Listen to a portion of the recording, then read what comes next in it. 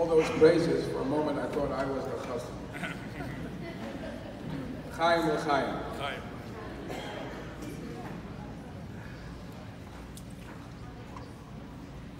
First of all, I'd like to begin with Mazel Tov to the chassan, Mazel Tov to the Kala,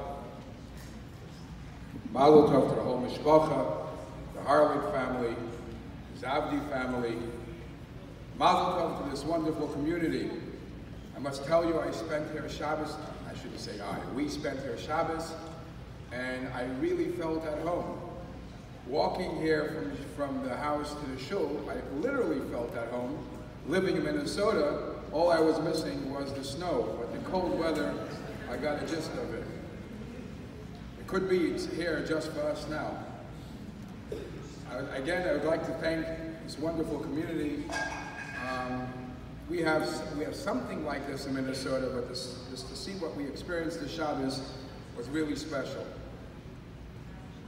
B'hashgacha pratis, by divine providence, this celebration tonight is happening in the month of Adar. Our sages tell us, Mishenichnas Adar marbim b'simcha. That when the month of Adar enters, from the first day of the month of Adar, and actually the Rebbe says, from when we start blessing the month of Adar, we already increase in simcha. In the Code of Jewish law, it's brought that you do certain things, but simcha, to be happy, is there are two questions that come about. Number one, it's not a switch that you say, okay, don't worry, be happy. Put on the switch, put on the happy switch, and you're good to go. What makes the person happy? And second of all, there are times in Shulchan Aruch and Code of Jewish law where it tells us when you should decrease from happiness, and it gives us a law. Don't do this, don't do this. When it comes to this time of the year, the month of Adar, it doesn't say how you increase the happiness. And actually, what it's brought is if you feel good by eating steak, you got to do that. If you feel good, whatever makes it work for you, whatever increases your happiness, this is the time of the year you have to do it. And the question really is, how does a person reach that level or fulfill this mission of becoming happy? So perhaps this is something, actually, for those who were here Shabbos, you heard the Rosh Hashiva from California speak a little about this, but I'll come at it from a different angle. There is a pasuk that we say every day in davening. The pasuk says, Yismach leiv mevakshe Hashem, meaning those who search, mevakshe Hashem, those who search are on the path of serving Hashem, Yismach leiv, let them be happy. So the great tzaddik, Reb Zusha Me'anapoli, used to say, this is different than any other subject or any other item that a person does in his life.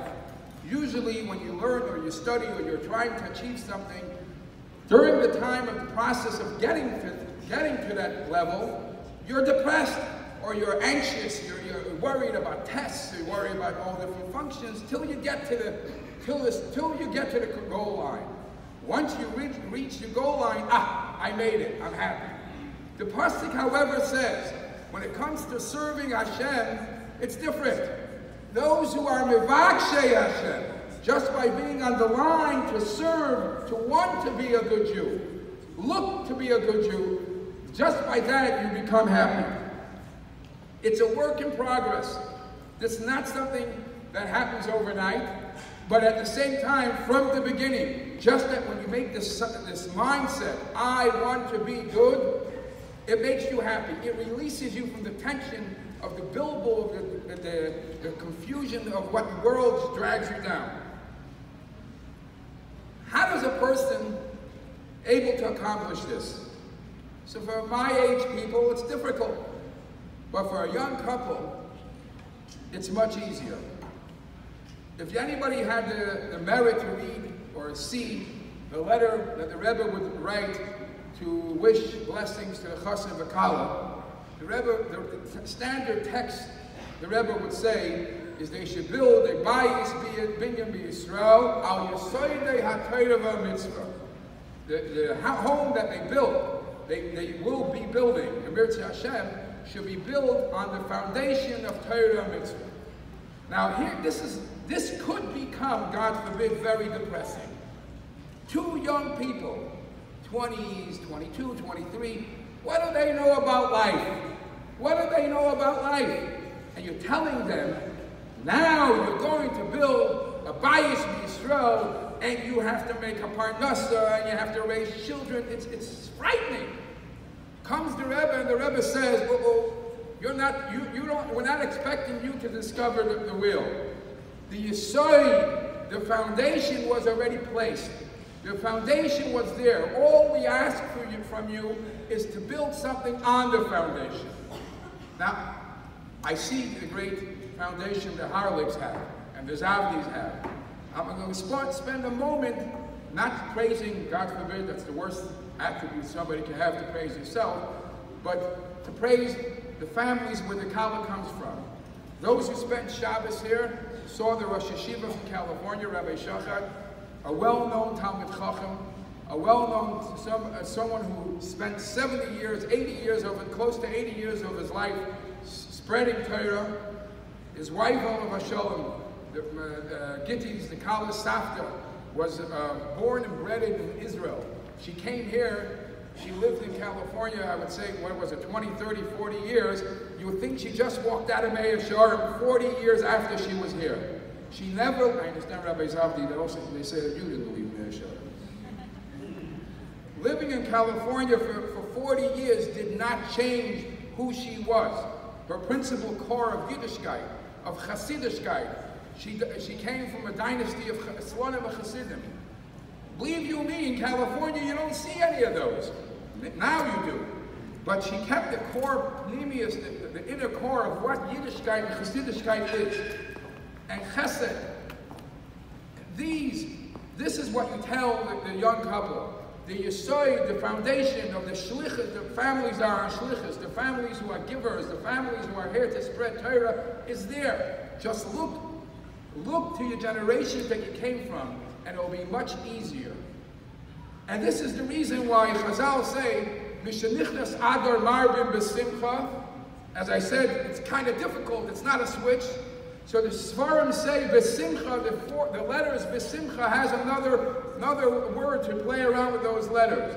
The same letters of B'Simcha makes up the word Machshava, meaning to say, just stop, think where you're coming from, think what your job is, and if you see that you have a goal, you have a motivation, and you're on the right derech, that will automatically make you happy. You're going to become a proud person, a proud Jew, and that's what Simcha is all about. I'd like to conclude with a fascinating medrash that's brought on this week's parsha.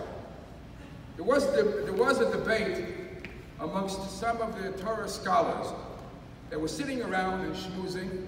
Maybe I shouldn't use the word schmoozing with Torah scholars. They were sitting around, and the debate was, the Torah is phenomenal, holy, great. Which one of the Torah psukim is the most important? Put the Torah in a nutshell. Which one is the most important pasuk? Wow. What would you say? So one scholar says, oh, Shema Yisrael, Hashem Elokeinu, Hashem Echad. Isn't that the most important pasuk? Another scholar says, whoa, the Aseres HaDibros, the 10 Commandments, the first pasuk, Anoichi Hashem Elokecha, I am God, your God. That's the most important pasuk. The third sage says, no, that's too religious, that's too mitzvahs that are dependent, connecting you and Hashem. Let's get more down to earth. I believe the most important pasuk is V'ahavta l'reacha kamecha, love your fellow Jew. And then the quiet sage on the corner said, no. I believe the most important pasuk is a pasuk that's mentioned in today's parsha. It's also mentioned somewhere else further on in the Torah. We say it every day before davening. Es hakeves ha'echad tasa b'boker, ve'es hakeves ha'seni tasa bein ha'arbayim. That there were sacrifices brought in the Beis HaMikdash in the Holy Temple daily. One in the morning, one in the evening. That's the most important pasuk. So they turn around to him and they say, what? Avas Yisrael, we get it. Shema Yisrael, we get it. But the sacrifice, the one in the morning, the one, it's good, it's nice, but what's the most important part of it? So one of the most fascinating explanations I found on this is Yiddishkeit, or life in general, has, God forbid, its obstacles. It doesn't always go as rosy as you plan it. Now, a couple of days ago, someone gave a suggestion to build tunnels. That's not what it's about. So a person, the nature of a person is he fluctuates. He's flexible. He changes with time. So the Torah says, no. We want steady Eddie. We want esakeves ha'echad tasa b'boiker v'esakeves ha'sheni tasa bein ha'arbayim, that the two sacrifices were brought in the Beis Hamikdash, rain, snow, shine, Shabbos, Yom Tiv, Yom Kippur, no matter what it was, those two sacrifices were brought, one in the morning, one in the evening. And that is how our Yiddish commitment has to be to Yiddishkeit. Knock this into your heart. There is a word from the Kotzker Rebbe. I go forever. There is a word from the Kotzker Rebbe. The Kotzker Rebbe says, "V'samtem es devarai eila al levavchem." We sang Kriya Shema. Put these words of the Torah on your heart. Why on your heart? In your heart. He says, just keep on pushing, stuff in your heart. Make this commitment, make your heart loaded with words of Torah and committed in a steady Eddie, day in, day out.